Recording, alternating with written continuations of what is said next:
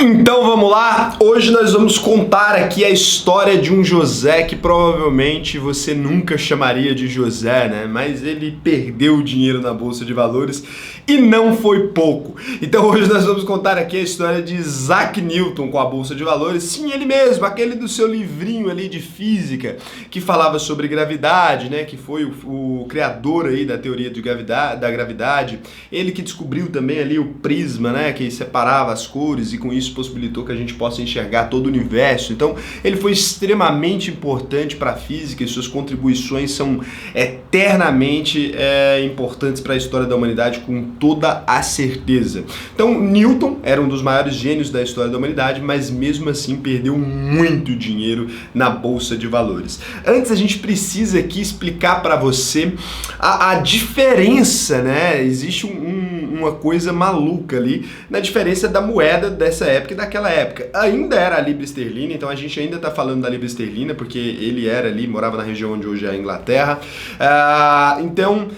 Com isso, né, existe uma variação de valor. Se você estudar a fortuna de pessoas muito ricas dessa época, você vai ver que o número do dinheiro é bem pequeno. Então, quando a gente fala aqui que o Newton perdeu 20 mil libras, ou 17 mil libras, 10 mil libras foram ganhadas, a gente está falando de milhões de reais, tá? A gente não está falando de milhares de reais, a gente está falando de milhões de reais. O Newton perdeu uma verdadeira fortuna e ficou extremamente chateado com isso, tá? Com isso. No final, eu vou falar a frase que ele falou sobre Bolsa de Valores, que inclusive se aplica hoje em dia ainda de maneira muito eficiente. Então ali em 1711 foi criada a South Sea Company, né, a Companhia dos Mares do Sul. E nesse período, quando essa empresa foi criada, 22,5%, decore esse valor, 22,5% ficou ali para a Rainha Ana, que era a rainha britânica da época, né? Ela recebeu essas ações e tudo mais dessa empresa.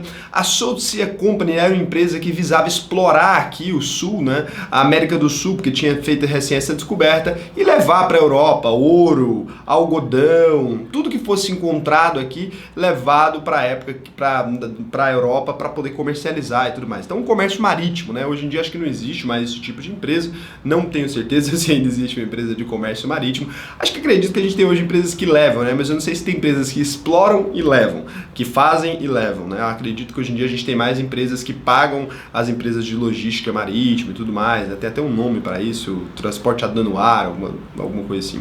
Eu não vou falar para não cometer erros. Então, essa empresa tinha esse objetivo, tá? De explorar essas coisas, e 22,5% ficaram para a coroa, né? Então ficou ali para a coroa britânica, que era a Rainha Ana. A Rainha Ana, depois de alguns anos, ela morre, tá?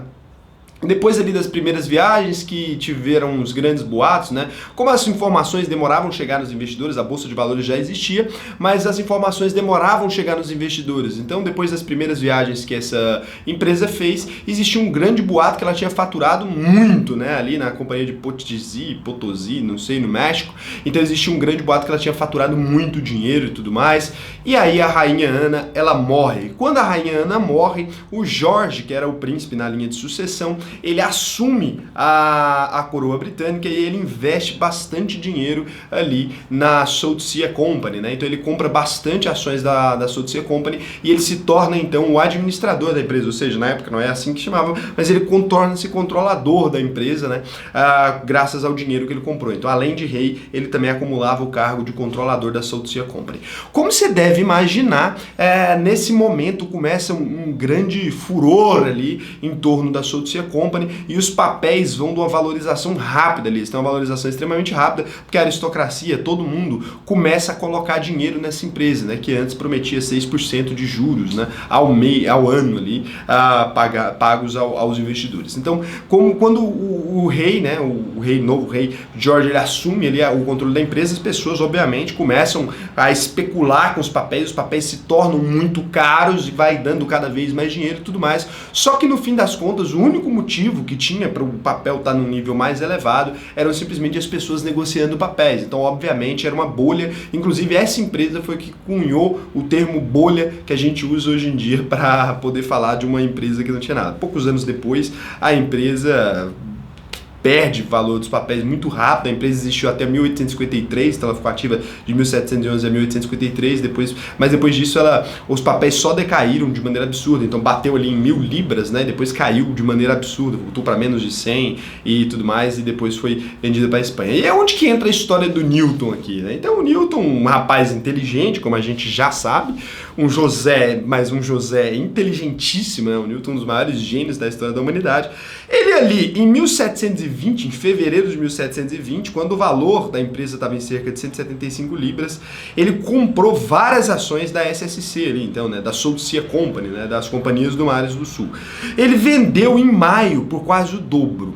Aí ele ficou tranquilo, ficou suave, falou assim, legal, comprei as ações aqui, agora vou ficar tranquilo, né, já ganhei meu dinheiro e tudo mais. Só que na hora que o George assume, começa aquele marketing maluco, né, ou seja, a ação subindo, né, o Newton percebe a ação subindo, ele viu ali o efeito Magazine Luiza no cérebro do Newton, ele, cara, vou comprar muita ação, né, não tô falando que a Magazine Luiza seja uma bolha, gente, eu falo porque é a ação que mais cresceu ultimamente, as pessoas querem entrar só porque tá crescendo, né? Então o Newton, cara, mesmo um gênio desse jeito, ele vai ali e se deixa levar por esse viés da confirmação dele, né? Olhar a ação subindo e falou, cara, deve subir muito mais.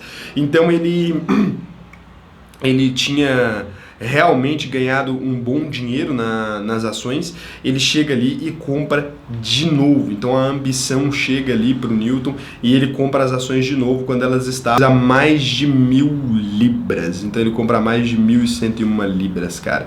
E aí nesse ponto, no mesmo ano que o Newton comprou de novo, o mercado colapsou, as ações da SSC caíram, levando muitos investidores à ruína e provocando estragos gravíssimos na fortuna do Newton. A Câmara dos Comuns aí ordenou a investigação que mostrou que ao menos 3 ministros haviam aceitado suborno ali para especular e inflar os preços dos papéis. A SSC sobreviveu aí, né, como eu já falei para vocês, mas realmente o Newton, ele se lascou completamente e perdeu muito dinheiro. Estima-se que ele tenha perdido ali em torno de 27 mil ou 30 mil libras, que seria um dinheiro absurdo para o dinheiro de hoje, tá? Eu já tinha visto o valor em outro lugar, eu tinha anotado aqui, eu não consegui encontrar, mas acho que é isso, foram 27 mil libras que ele perdeu. Isso é uma história muito legal e que dá para vocês entenderem que mesmo sendo um grande gênio, você tem como perder muito dinheiro na Bolsa de Valores. Pra vocês terem ideia do tamanho, né, da capacidade de logística dessa empresa ali, a gente vai usar um número que é triste, né? Mas a empresa chegou a transportar mais ou menos 64 mil escravos africanos. Então, pra você ter uma dimensão da quantidade de navios e tudo mais, né?